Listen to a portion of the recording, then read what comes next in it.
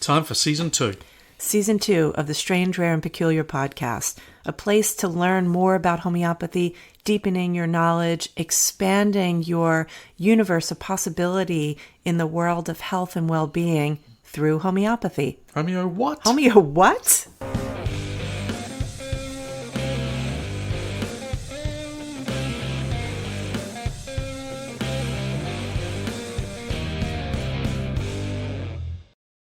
Good morning, good afternoon, Good day.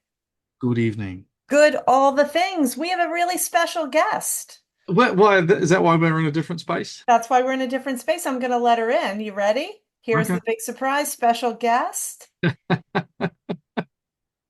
Our special guest is arriving, and there she is. Hey, Oh, Welcome to the podcast already in progress. thank you so much. I couldn't be more excited to be here, you two. I feel like I just saw you. I think you did. I think so too. this is Look familiar. becoming a routine. I like it. It's a better routine than some other things I could think of. That's Yeah. true. Yeah. Yeah. Okay, I'll tell you why I'm really excited that you're here, Jenny. Well, Okay. first of all, we need to talk about who you are. We'll get there in 1 second. But for those who don't know Jenny, you should. But I want to say why I'm excited that Jennie Hoglund is here. And that is because Alastair and I we feel pretty comfortable about our podcasts. We've recorded, I don't know, 60 some of them. But we've recorded 60 some of them plus 2 that have gone into the bin. And the 2 that have gone into the bin are when we've tried to just talk about homeopathy as a totally like newbie thing. How do you sort of meet people who are just rolling up to the door and saying, what? And we tried twice, and twice we failed. So Jen, You should be airing our dirty laundry. You guys can't do it. we can't. We totally No, can't do it. You can't do it. No. You can't come down No, to we can't. earth. No, we've tried. We've tried. I don't know about coming down to earth, but we've tried to like really get there, and we just confuse each other. We get into these long-winded conversations that are just really not great. And Our so, our podcast producer, Courtney, said, no no. good. Try again. So she said, do it again. We did it again, and she said, No. still no. And so that's not why we're doing the podcast with you, but I thought, what a side benefit having an expert in how to talk to people who are turning up to homeopathy and really getting them jazzed about what they are learning. And so with that, I would love to introduce you and have you then tell everybody about you. Yeah. So I'm going to start. My introduction is I love Jenny. We met, I don't know how long ago we met, but we met through our Years now. Yeah, it's been a long time now. Mutual Minnesota connections. Jenny lives in Minnesota. I used to live there. It's one of my favorite cities. We met because of the overlap of our homeopathy lives and our Minnesota lives. Anyway, Jenny has a way with the Instagram, let's just say, and you've just nailed this very particular way of talking to people about homeopathy, but also touching heart spaces about how people find themselves wanting to study homeopathy, even when they're not even sure exactly what it is. You manage to tug those heartstrings into the right place because you are a homeopath, you are an educator, but you also have this way of like, doing it, getting people jazzed, the masses jazzed. So can we start by just talking about how you became this, if I may call you an Instagram megastar? I mean, to me, you're right out there in the, like the highest profile people talking about homeopathy. I prefer micro star, Denise. Like a microdose. I like it. Okay. I'm a micro influencer. Okay. But yes, for a long time, there was nobody on Instagram really talking about homeopathy in the way that I was. And I am proud to say that I've been kind of a trailblazer on social media in terms of bringing homeopathy to the mainstream just a little bit, right? I mean, yeah, we're not quite there yet, but I'm really excited about the fact that more people know about homeopathy today than ever before in my lifetime. That is really true. That is true. It is really happening. Did you sort of set out for, like, what got you into social media? Were you just an early adopter of Instagram and Facebook and things? Well, I think so. I mean, I'm a Gen Xer, and so I'm right at the tail end. Yeah. And so I am right in this generation. Like when I was in high school, the internet became a thing. And I think I had the advantage of riding that first wave of really becoming competent in social media, internet usage. I mean, even my husband's 9 years older than me, and he could not care less about social media. Like he doesn't know where his phone is. He doesn't respond to texts for 10 hours, and it's just Wait, you're married to Al? Or he'll send a text. Like when you send a text to somebody, you wait for the response, right? You're like, oh, they're going to get back to me. This is going to be a conversation. No, those three little dots. my husband sends a text and then you write back and he's not going to get it for 10 hours. He doesn't even check. And it's like, what do you think texting is for? It's for a conversation. That's a different episode. That's a different episode of a podcast when we can complain our husbands and their texting. But I feel like I need to weigh in at this point because I'm an ex as well, and that's really important because Denise and I are on the cusp. We're on the cusp. I think you're actually a boomer. No, I know, but that's what I tell my husband. I'm like, you're really a boomer. You might have been born in Gen X, but you're a boomer. I am an ex in a millennial body. I swear.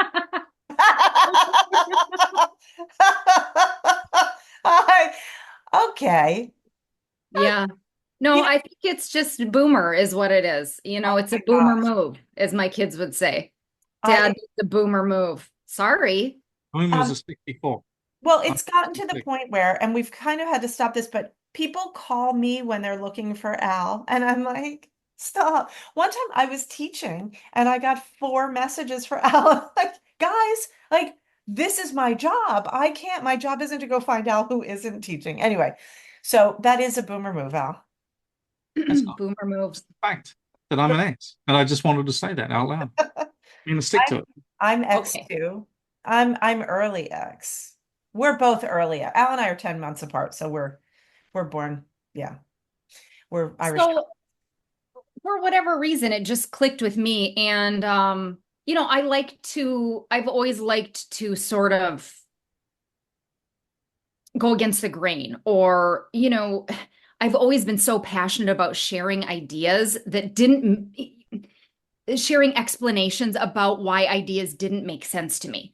So even from a young age, I questioned conventional medicine. Like I never wanted to go just do what people told me. I was always like, well, why do we have to do things this way? And so when I started learning about homeopathy and I would talk to people about it, it was so rewarding and satisfying when people agreed or when they were like, oh yeah, me too. Like, that's really cool. Like, where can I learn more about that? Because the thing is, I didn't find that a lot in my immediate social circle, like moms groups, people in my neighborhood. Everybody around me was very conventional minded. And so I had to step outside of my immediate group to find my people. And so social media for me allowed me to do that. And once it took off, it just kept growing and growing. I made a Facebook group. I created a course, and it was like just a kind of addicting for me because it was like being able to make connections and feel like I was helping people in this, in not even a way of me helping them like, oh, I'm so great here. Look what I can do. It's like, wow, let me hook you up with this information. And that's what social media has been for me, like a way to hook people up so quickly with information. Yeah. And it's just so exciting to me. And it's like, why would I go for, smaller scale when it's like, wow, this technology enables us to amplify our voice, amplify our message, and help more people. That's what it's all about. You just said something that I haven't heard somebody say before in quite so direct a way, and it's really resonating about the ways, and I think this is what I like about the way that your social media channel works, is you're providing people with information. And And so I want to, and it's like, no, what you said was connecting them with information. That's the operative word. But I think where we hit it off like a house on fire, after knowing each other and everything, was talking together about how the social media platforms have also worked to disseminate a message about homeopathy that doesn't necessarily work in our favor. And I got excited when I heard that you were on the good team of helping people to understand that taking 500 remedies isn't really helpful, or doing all those protocols isn't necessarily going to end you up with a long-term benefit that you're looking for. Can you talk a little bit about how you found yourself in that space? Like what was your process there? Well, so it's really a common sense. Like the arc of knowledge in quote unquote classical homeopathy, actual homeopathy, is so much longer than in any of these sort of new, modern ways of using homeopathic remedies. And so it makes sense to me to, I'm a fan of Chinese medicine, huge, super long arc of knowledge, much longer than homeopathy even. I put my belief there, my faith, my money, my time. I go see a Chinese medicine doctor. Same with classical homeopathy. That's where I put my effort, my energy, my all, because it has a proven track record of working. The arc of knowledge is huge compared to these new methods that have absolutely no framework, right? We were talking last night in a Q&A about how homeopathy offers this framework for understanding the world. Yeah. It's a system of medicine. It's a, like you say, it's a thing. It's an organized system. Yeah. And so the thing is, people get really excited about homeopathy and they want to be able to use it. And so out of enthusiasm for homeopathy, out of excitement and a true desire to help people, I think some people have created ways of using homeopathic remedies that fall outside of the structure that we know works. Yeah. And so it is a little bit shaky ground, well, a lot shaky ground in some cases, because when you're operating outside of a framework, you're risking a lot, the well-being of your patients, the well-being of your own practice.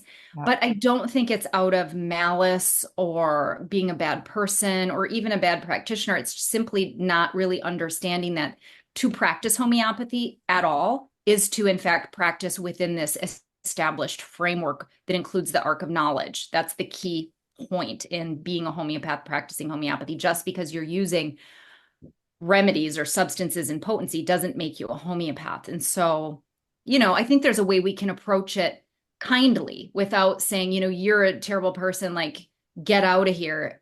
For me, it's more about education and explaining why I do what I do. Yeah. Can I ask about that or take it a little bit further? Because it seems to me, because I do, when I have found my phone, often in the garden somewhere or, under a cushion, I have spent quite a bit of time looking at your Instagram posts on your channel, and you have a voice. That's really interesting. I'm interested in Voice just sounded like your dad. Sorry. No, I did that deliberately. Oh, That was okay. Just checking. just okay. Go back to it because I like what you're saying here. Yeah, because look, it's late summer here, and I get up in the morning, believe it or not, and write for a couple of hours, and I found my voice again after a stressful year, my writing voice, and I'm on it. So I'm churning out a couple of thousand words a day. So that's my voice, but you've got a voice. Did you work on it, or did you have it? Did you land on it? Well, I think it's something that has evolved over years. When you say voice, what exactly do you mean? Just your phrasing, your choice and very carefully curated use of language. Oh, you know what I think it is? I think the reason that we both find it appealing is because it's authentic. Because like Jenny's saying, she kind of came to it for years. It's like you are trained really well as a homeopath. You've been practicing homeopathy and you are seeing or you're sort of engaged in the conversation that other people are having, and you have something that you need to say, and you keep saying it and showing it and demonstrating it over and over again, and it's authentic. And I think that's why I think the Oh, voice sure. it's so appealing. Well, I'll tell you what it is. It's nothing I've worked on. It's nothing that's been curated. It's nothing that I've practiced other than so it's gonna sound a little interesting, but when I speak about homeopathy, it's like it doesn't come from my brain. I'm able to sort of click into this stream of knowledge that comes from somewhere else. Either, I mean, it's information that I know in my brain, but when I'm speaking about homeopathy or even the principles of healing, it's like I am able to access a broader mind. And I think that we can all do that. I think that Samuel Hahnemann did that when he developed the system of homeopathy, right? These ideas and these abilities don't just originate and self-propagate in our brains themselves, right? In order to access the highest part of ourselves, or the part of ourselves that is the most in flow, in resonance with the positive, like, That's outcome of the universe. Love it. Absolutely love it. Every now and again, Denise comes in from teaching a lecture. I might be in the kitchen or something like that. And I'll say, "How was your lecture?" And she'll say, "I don't know." Or she'll say, Right. Yeah. "Wow." And I can hear her preaching, and I'm going, she's channeling It's like something from channeling. someone. It's like Yeah, yeah, yeah. channeling. Yeah, it's Oh, in the flow. I remember one of my teachers, Lori Dack, who is, just beyond, like, just a angel from heaven, homeopath, like genius, right? But watching her teach, something would happen with her eyes. Like, Yeah, you could tell that there was just, like, it was just information from somewhere totally. else coming through here. So it's like, it's like when an athlete gets in the zone, when anybody's in the zone, you're Mm. just a vessel for information that's not necessarily about me, and that's the best feeling in the world, because being a bystander to this energy, this higher frequency information, I like to think of it, you just feel so good. And homeopathy is a higher frequency thing. It just is, like, the principles, the experience of homeopathy, whether you're practicing it or receiving it, it feels really good to be in the vicinity of this energy. And so I think that that's why I'm able to speak, because I'm able to tap into that. Do you think that as a consequence of that, that it would ever really therefore be mainstream? Or is it always going to be at that frequency level place? I don't see mainstream kind of being there a lot of the time. Yeah, but you don't, it's like saying you can give a homeopathic remedy to a clam and it's still going to have a response. No, no, Or no, that's not what I'm saying. Because no, because Jenny said something really specific about that's right. accessing other or information and the way she made it sound a hell of a lot better than I'm going to now paraphrase. But it was, it is elevated. It's elevated information, and as a consequence of that, I just think, I don't know, is it going to be for everybody? Well, certainly not right now, but humanity is undergoing a bit of a transformation. You see people kind of having big realizations, waking up, realizing, hey, I don't want to just live a life based on what has been. I want to reach for something bigger. Like, we're seeing that in individuals and in the collective. And so I think homeopathy is just sort of waiting for the vibration of the majority of the people on earth to catch up to it. And so I think it's inevitable that homeopathy is going to help many, many, many more people than it ever even has before.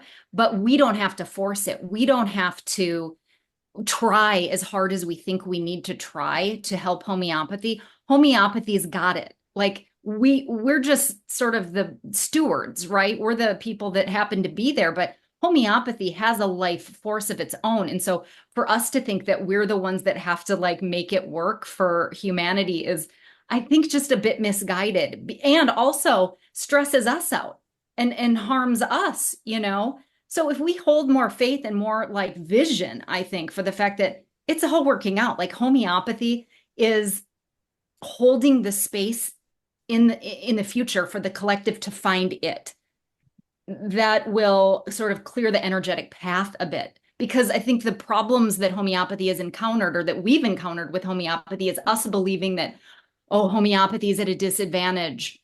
we've really got to fight, fight, fight.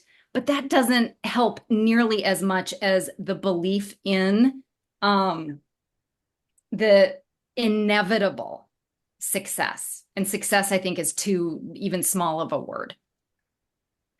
I totally agree. At the point, because where I was going with the clam is just that there are the people like Jennie, like so many in our community who know it, who are, bringing it in and disseminating it, and then there are the people who stumble upon it, who need it for a toothache or for, diarrhea, or for, arnicare, or, are getting, Traumeel or whatever the case may be. And so there's a way in which this, it's coming in from the top, and then it's also being embraced because of the need, because the other, like, people are reaching out because there isn't an alternative in many ways, right? So all these things are happening at the same time. It's really synergistic, isn't it? Mm-hmm. But Jennie, you brought up that point though about how the times are changing, the world is changing, the energetic patterns and the frequencies are changing, and it's happening so rapidly. And I think that's the point about, that's sort of the directional aspect of this, isn't it? Is that it's happening really quickly and we're a bit swept up in it.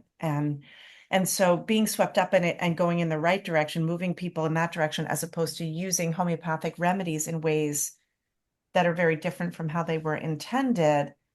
I don't know. How do you feel about this? I think it sort of robs us of that movement forward. I think that the arc of knowledge will catch up, and that it's not something that, if somebody asks me, I'll give my opinion. Yeah.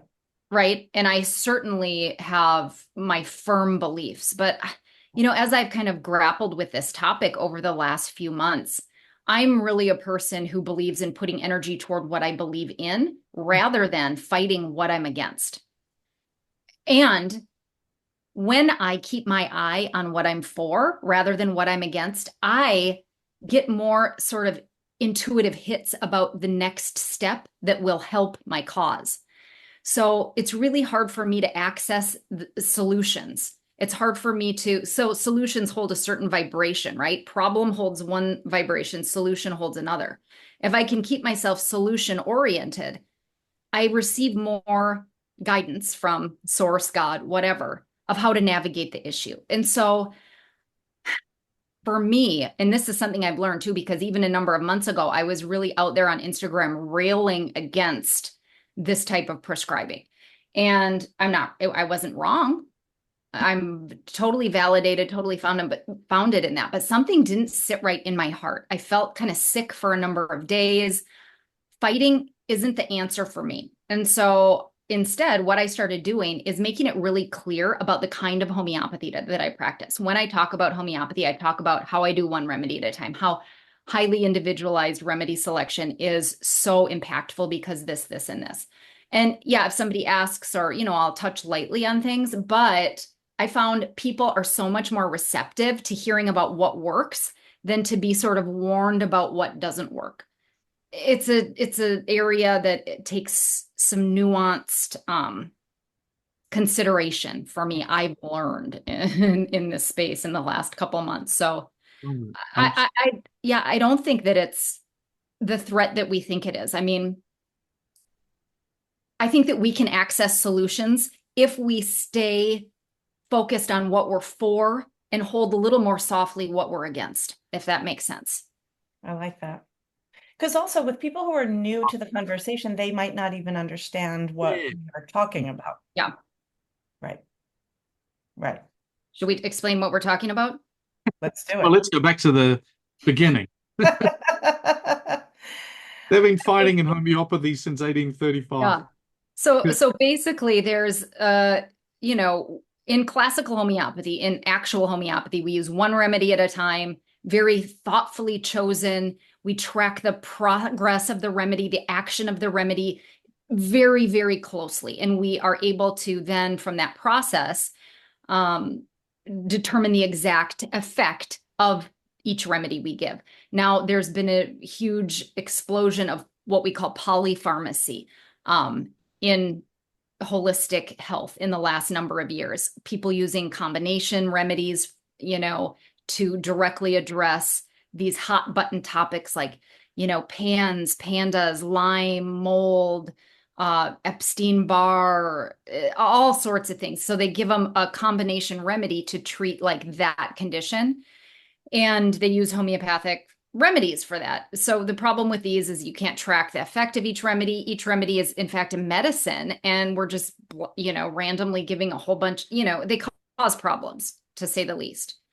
And the concern among homeopaths, like the three of us, is that the use of homeopathy in this way, the general public doesn't differentiate between what we do and what they do. And so inevitably the harm that they're sort of causing will end up being ruinous for homeopathy, is the kind of the gist of that, right, guys?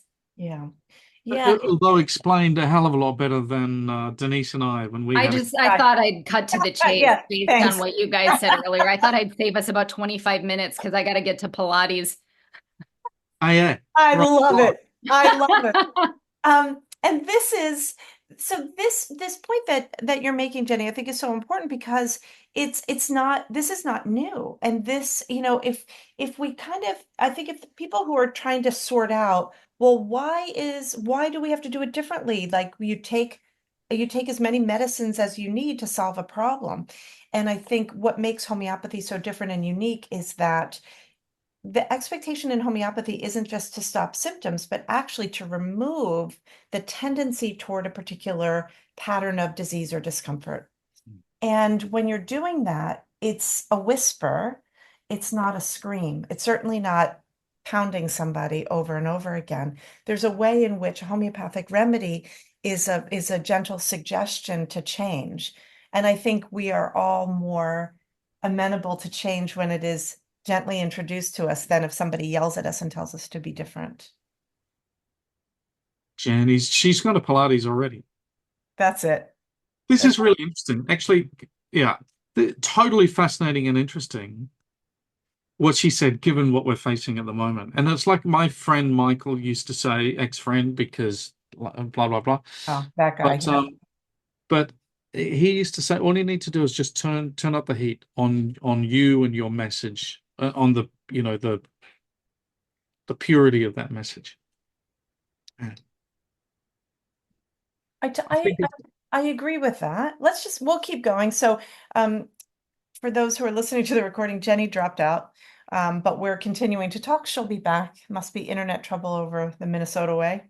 But I'm torn about it. I am 100% for positive message. I've been called Susie Cream Cheese, which, for people who have heard me ranting about risk management, I know that probably doesn't seem like the top note of my current expression of my personality, but that's where my heart is. And I think that makes it a struggle when we are dealing with the future of homeopathy, and when we need to really activate, and when sometimes those other messages are louder and stronger. And the thing I want to talk with Jenny about when she comes back is that the challenge I think we see sometimes with these other ways of using homeopathic remedies is that they are much easier. It's a sugar high. It's a short-term fix. And I liked the analogy that Jenny used about Chinese medicine, that, for someone who's going to learn Chinese medicine really deeply, they are learning it. You've got to take it fully on. Like I remember early in my homeopathy studies, Simon Taffler talking about the difference between an acupuncturist who is learning in some newfangled way and someone who is, in the lineage where even the action of how a needle goes in is sort of, there's like this intergenerational knowledge of how that takes place. And, and I know from having gone to only a couple of acupuncturists, I went to one who was really well trained, and it was like, they take your pulse, they, are looking at your tongue, and then they put in, 2-3 needles. Then you go to somebody who's got mediocre training and you're a pin cushion and you hope nobody yells fire, right? Because you're stuck full of needles. There she is. We've got her back. Hey. Well, my husband is doing a project for me and decided now was a good time to turn off the power and then turn it right back on. So, Well, Nice one. And I think there were some choice words. yeah. oh, did you hear me screaming at him? Yeah. Yeah, we heard the whole No, thing. no. No, Oh, we because I was. oh my goodness.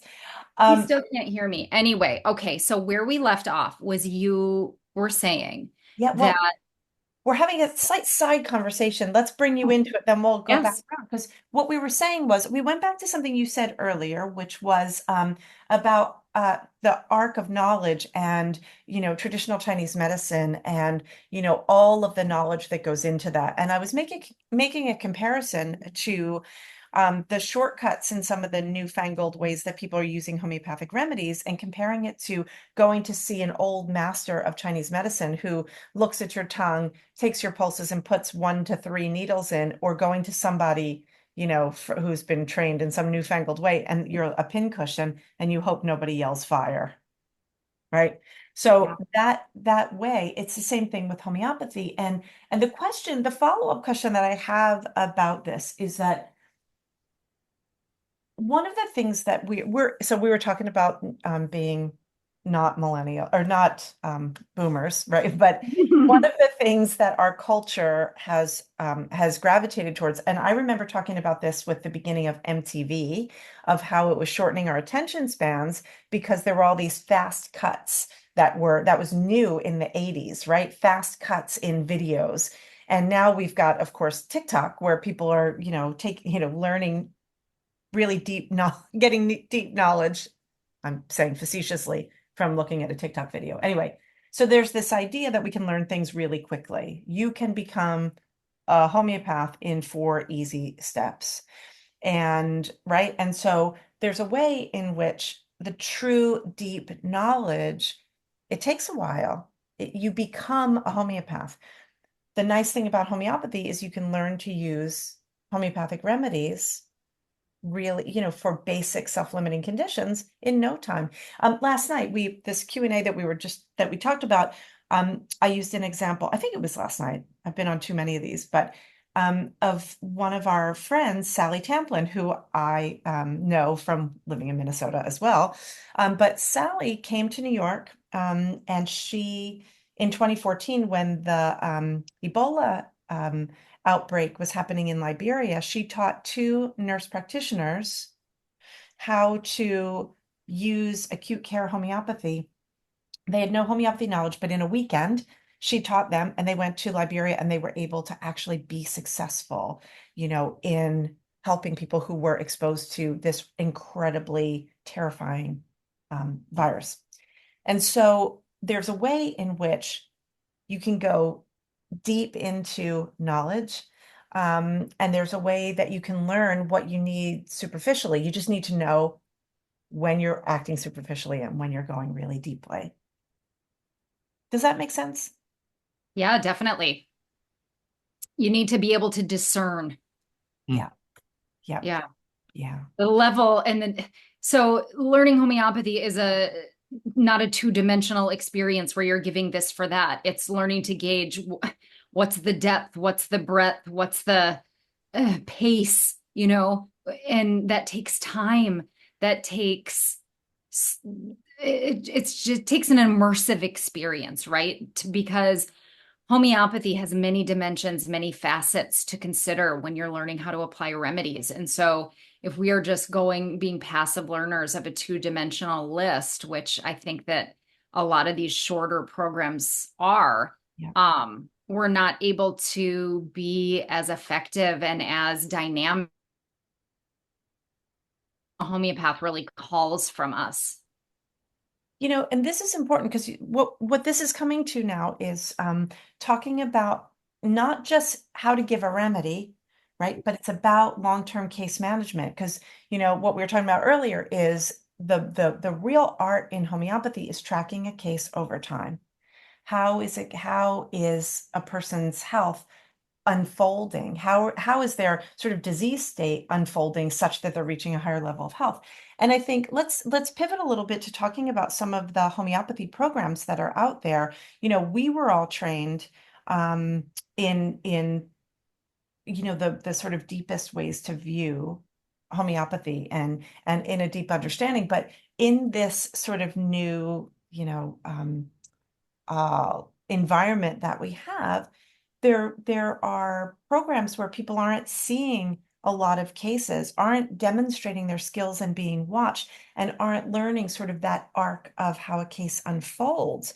And that's why when you're looking for homeopathy education beyond I want to get introduced to it and I want to learn about it and start using some remedies on my own, but when you really start getting into it, let's talk a little bit about what a good program has to offer, because I think people need to really know what to look for and what to ask when they're studying too.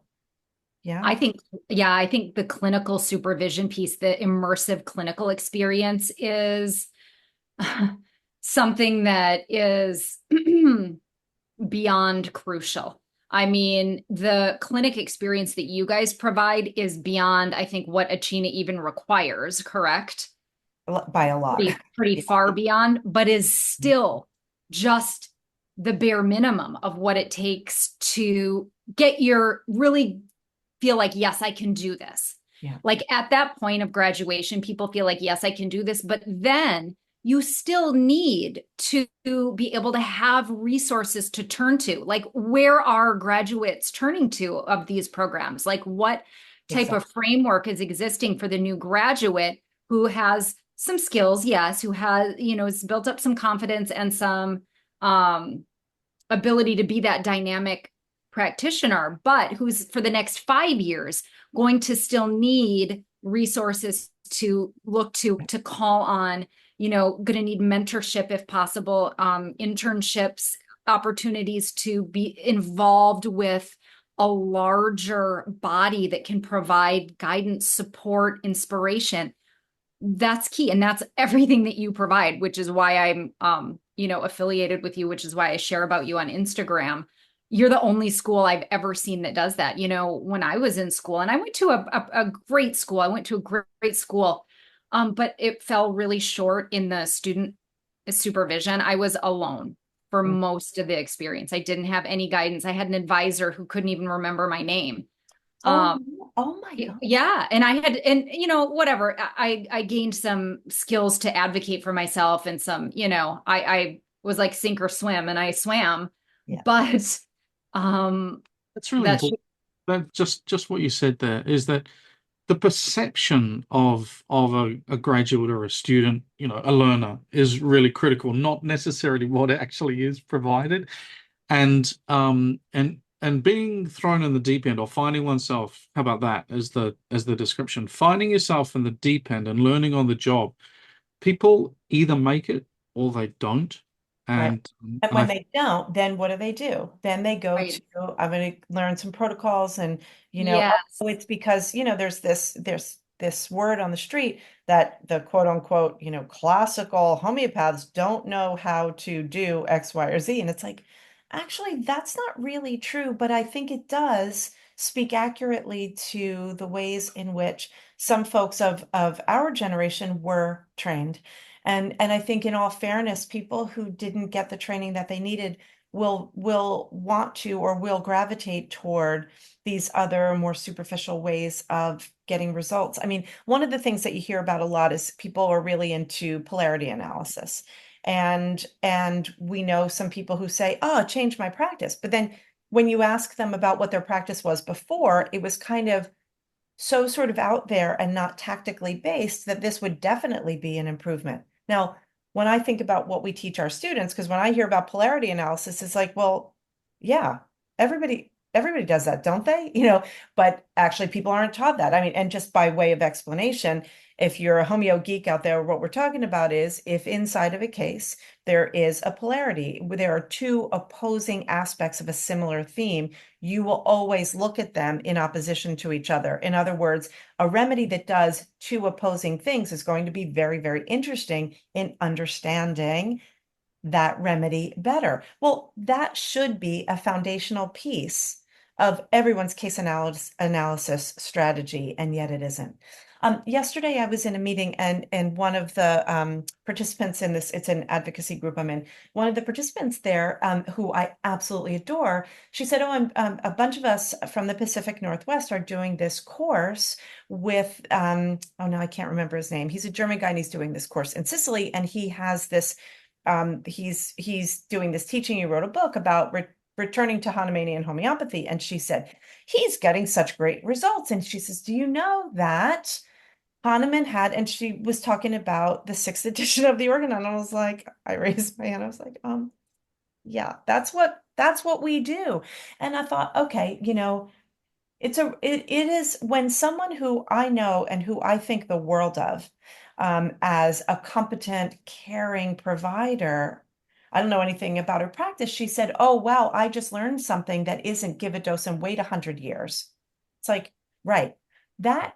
That knowledge base is something that we all need to sort of upskill on. And I feel really good about that. That's what we teach at AG. I mean, I don't even think about the fact anymore that people don't know that, right?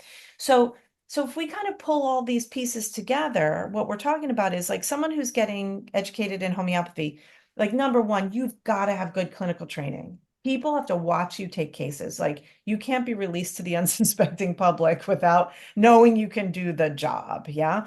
The next thing is you need to have mentorship long after you graduate. And that is really, really important.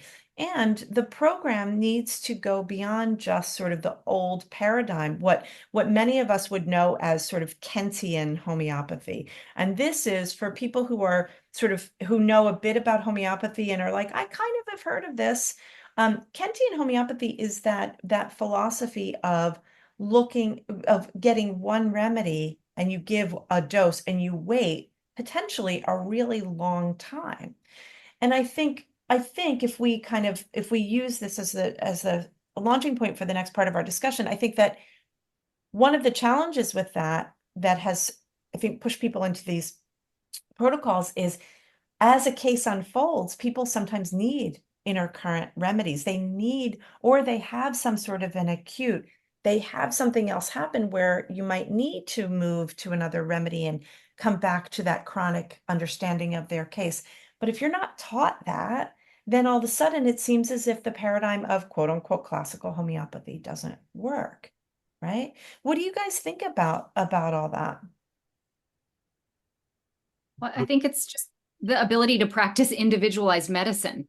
That's fundamentally what all of this is at its core, because one approach might work for one patient, another approach for a different patient. And so we need to gather all of the information about different presentations. Another aspect of being a dynamic practitioner, right? There's not one way that every case unfolds. And so it's like we're on our toes, perceiving the uniqueness of the patient in front of us. What type of prescribing does this call for?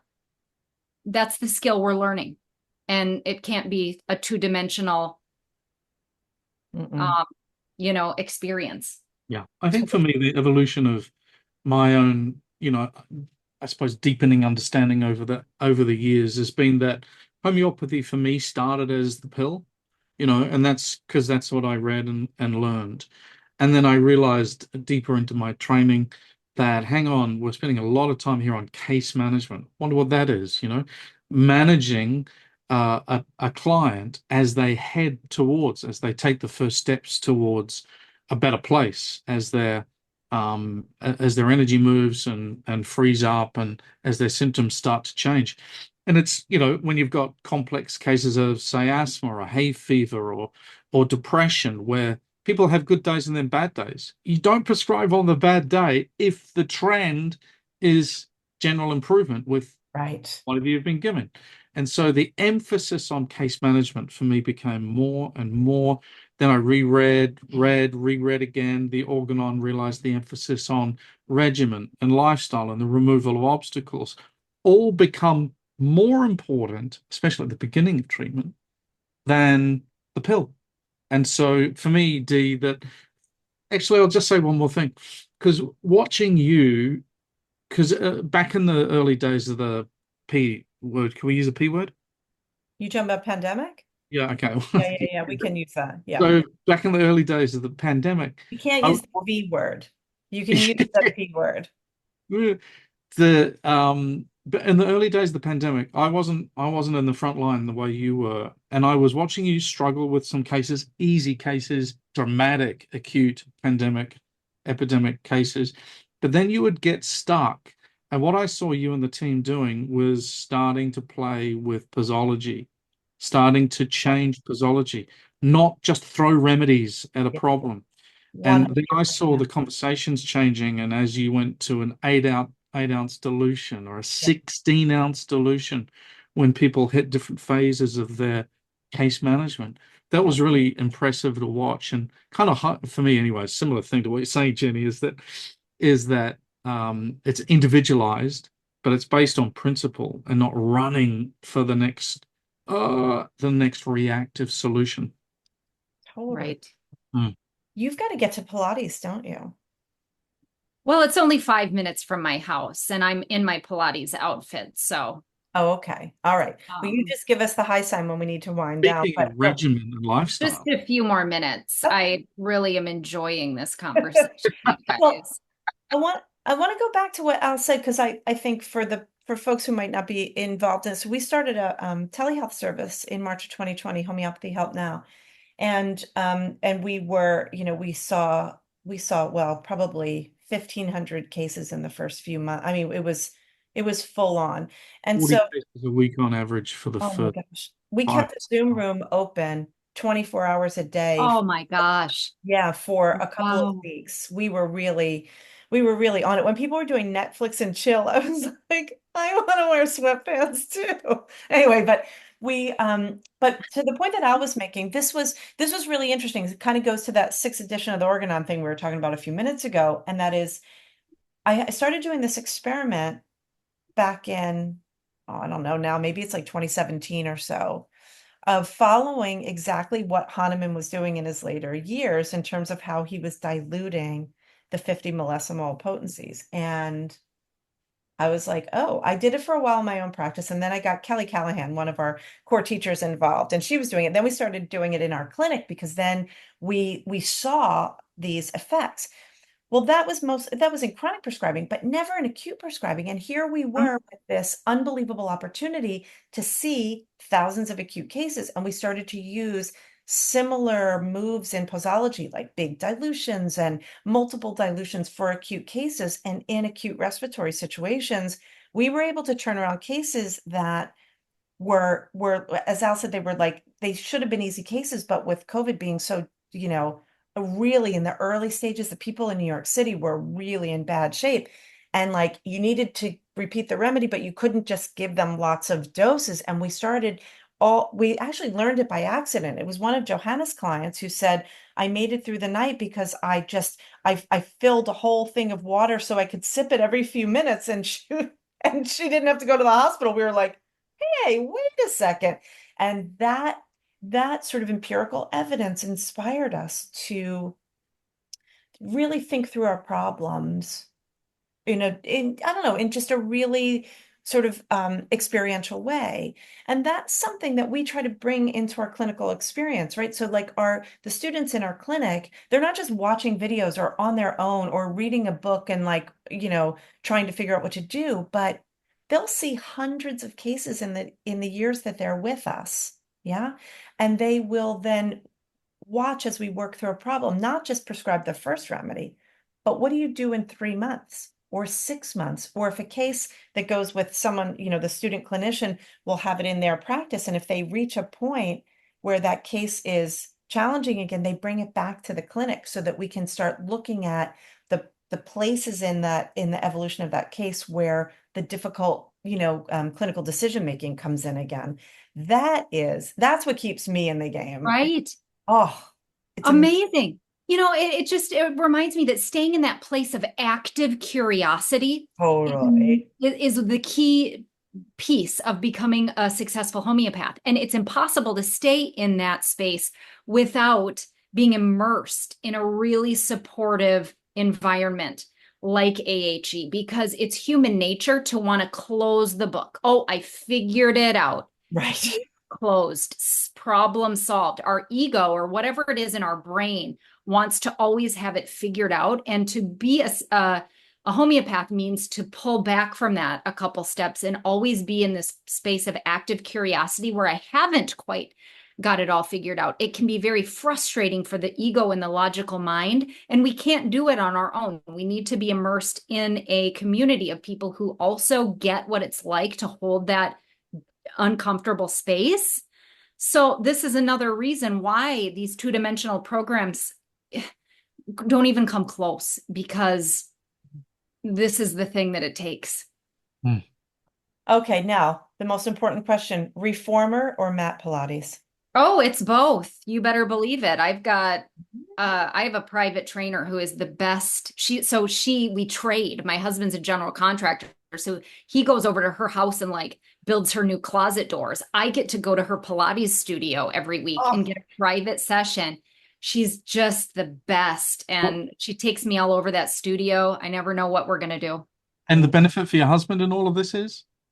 Well, Look at her. Look. yeah, I mean, I Please. don't think you can see my physique under my sweatpants. I mean, honestly, she All did a right. Pilates pod. Like the benefits are No, it's awesome. just I'm from the Southern I Hemisphere. mean, I would think that's Swap. obvious, but since you brought it up, we'll dive in. When we do a swap, it's like you give me something, I'll give you something. But then the husband's involved, and I just got Yeah, I know. We'll discuss, Al. I have a couple of ideas. Yeah, Denise will fill you in.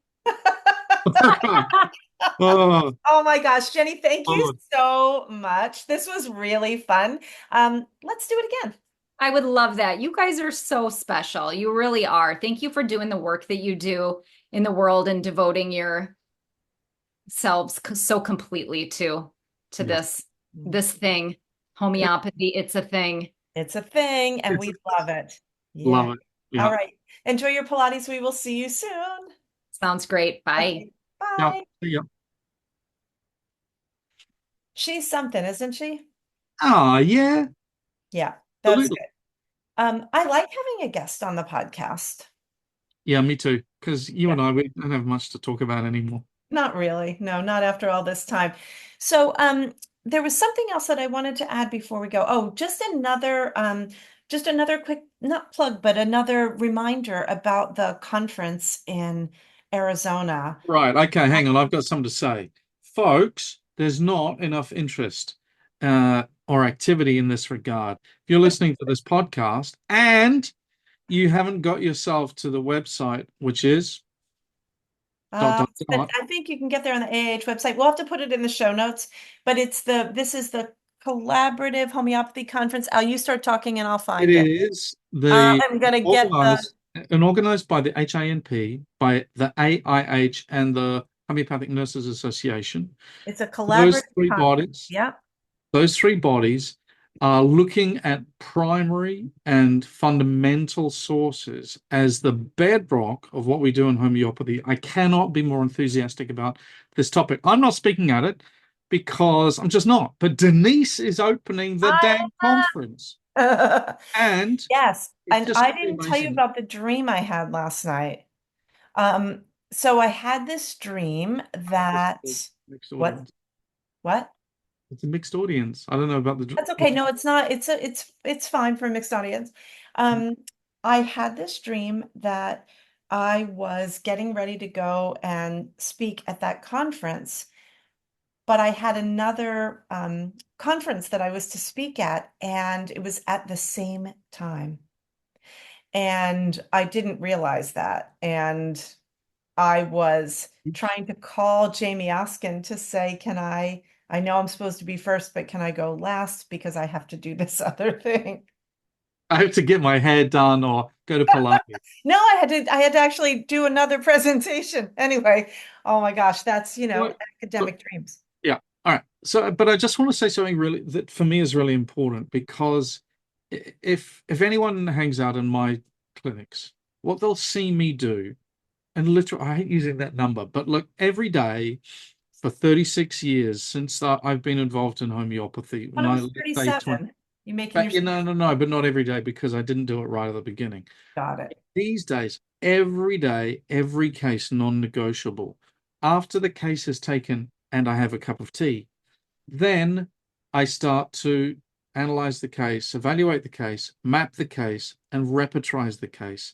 And I use two repertories, and I always look at the primary material before making a Always. clinical decision. I can't believe people don't.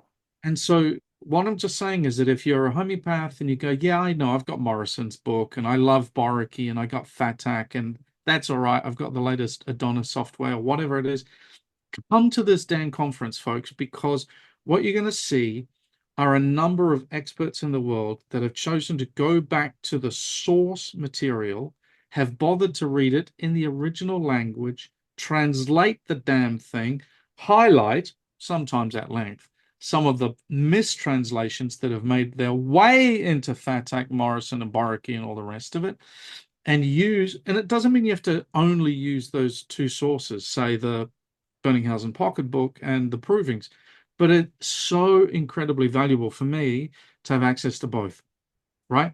I use primary sources every day, every client, all the time in my practice. Well, I mean, students who go through our program, they know, like in the third and fourth semesters where we talk about critical thinking in contemporary methodologies, contemporary provings, and so forth, right? So when you're looking at a remedy and it might come up in a repertorization, right? And repertorization being the weighted statistical analysis that helps to figure out how symptoms land. But if you're looking at that and a remedy comes up and then you don't know that it actually doesn't have a real proving, or somebody did a C4 trituration proving, it's like, well, how much weight will I put on that remedy? How much evidence do we have? Or learning, even things as simple as when you're looking at the repertory, who put that remedy in the rubric? Yeah. Understanding who the Right? Zs are in the Exactly. understanding when it says MTF,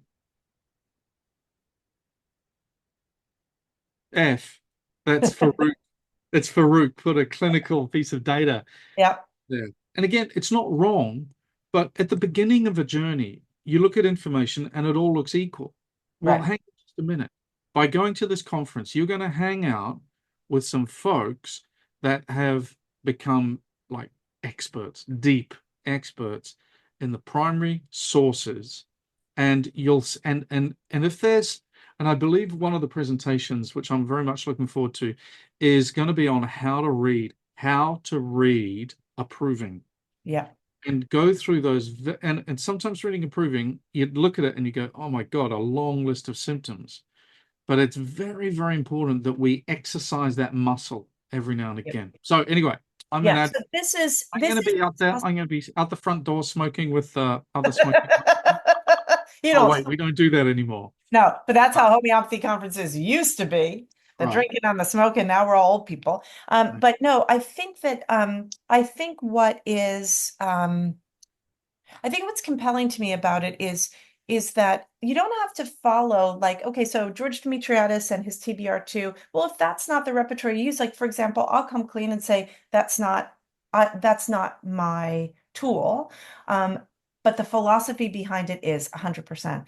And the discernment is really important. I mean, I love how I'm like, I was saying to somebody recently about how I'm trying to do less, and but I am restudying Latin because I need it for a variety of things, but as one does, but also because it's really helpful in many primary sources. Yeah. Not in homeopathy. I mean, I shouldn't say that. And then people think, oh no, now they're going to want us to learn Latin. It's not. That's just erase what I said. Forget. Right. That's just, it's just, the commitment to primary sources. All right. When you come to AHE, you'll learn to read dusty books and speak Latin to each other. All right. I think that should be it. Let's go. Should we be done? Let's be All done. right, we're done. It's 1:00. That was spiritual. See you next time, folks. Time for a cup of tea. Oh, the naughty vicar's The back. naughty vicar arrived. All right. If you know, you know. See you guys. HOHM Foundation is hard at work. The Practitioner-Generated Research Network is like nothing the homeopathy community has seen before. Through the PGRN, we will be able to bring groundbreaking research to the world that will help protect homeopathy for generations to come. Learn more about how you can contribute to research at hohmfoundation.org. That's home, HOHM, foundation.org.